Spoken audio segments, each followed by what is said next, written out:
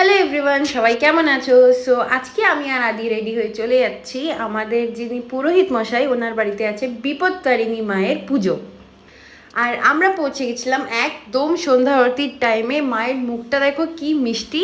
আর এই আন্টিটা হচ্ছে যেই দাদার বাড়িতে পুজো সেই দাদার মা এটা।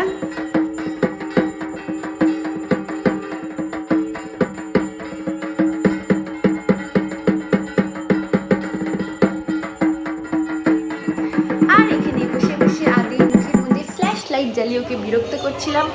তারপরে আমরা ভোগ খেতে চলে গিয়েছিলাম।